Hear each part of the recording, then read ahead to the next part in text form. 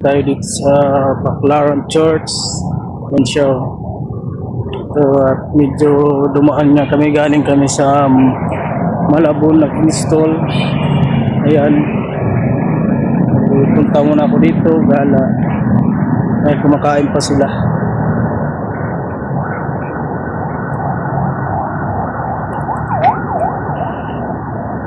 Ay, papasok muna tayo saglit.